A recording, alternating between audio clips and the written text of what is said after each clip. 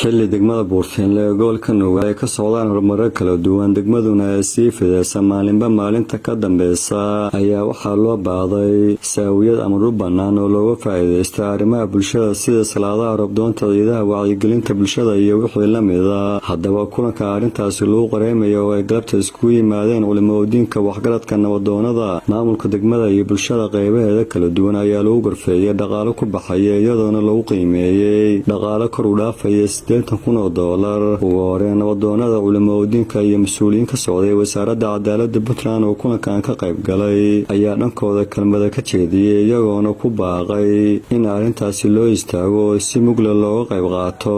baaqaas aanu soo gudbinaynaa waa baaq oo khayr ah weeyaan walaalayaal buqcadan hadda aan taagannahay waa buqcad ka mid ah magaalada Buurteenle buqcadaheeda oo magaalada dhismaheeda dhinacyadoo dhanna uu ka jiro xoogaana geesna xigta oo geeska bariga ah xigta laakiin magaalada dhismaheedu dhinac walba ka jiro buqcadaas waa buqcad waxaa iska lahaa dad oo reer Buurteenle ka mid oo baraagtooda ku taallayba awal lahaa waxay ahayd markii hore buqcad ay ku tukadaan dadka muslimiinta salaadaha roobdoonta iyo salaadaha ciidaha la isugu soo baxo oo lagu tukado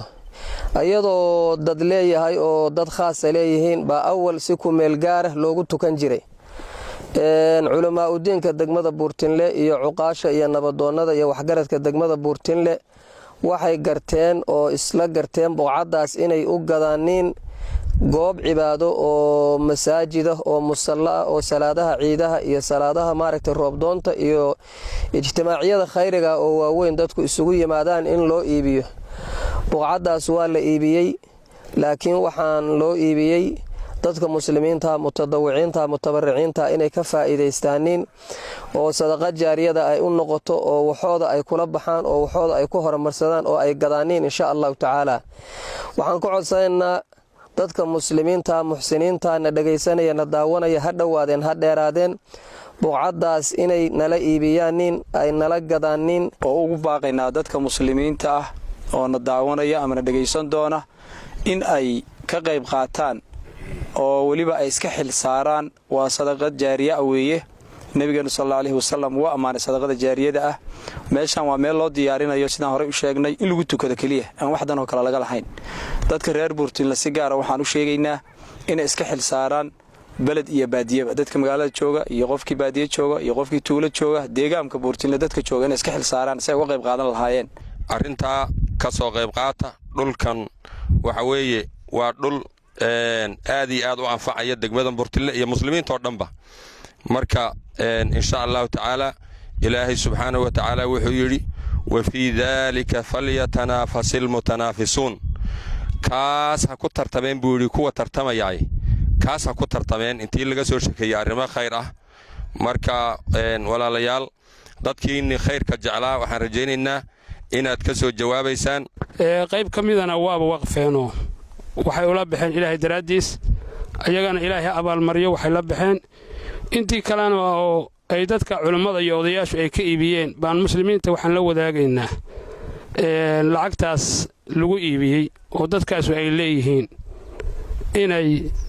bixiyaan ilaahay daraadiis inay u bixiyaan waxaan leenahay dadka islaamka ah intana maqlaysa iyo inta codkayo gaarayaba waa masaajid waa masallihii ciida iyo roobdoonta loogu talagalay oo awalna lagu tukan jiray haatan markii la arkay magaalada inay weynaatay oo fiday la iibiyay loogu talagalay in lagu tukado maadaama hadii magaalada weynaato aan dhul la helayn baan isugu nimid waxaan leenahay dadka islaamka ah meel kasta aad joogtaan ha laga soo qayb qaato waa buqcad loogu talagalay in lagu tukado ilaahayna lagu caabudo awla lagu tukan jiray sida iidahoo kale roobdoonta waa buqcad ballaaran mitirkeedu wuxuu ka kooban yahay 100 sida awgeed waa meel waxa weeye ku haboon in lagu cibaadaysto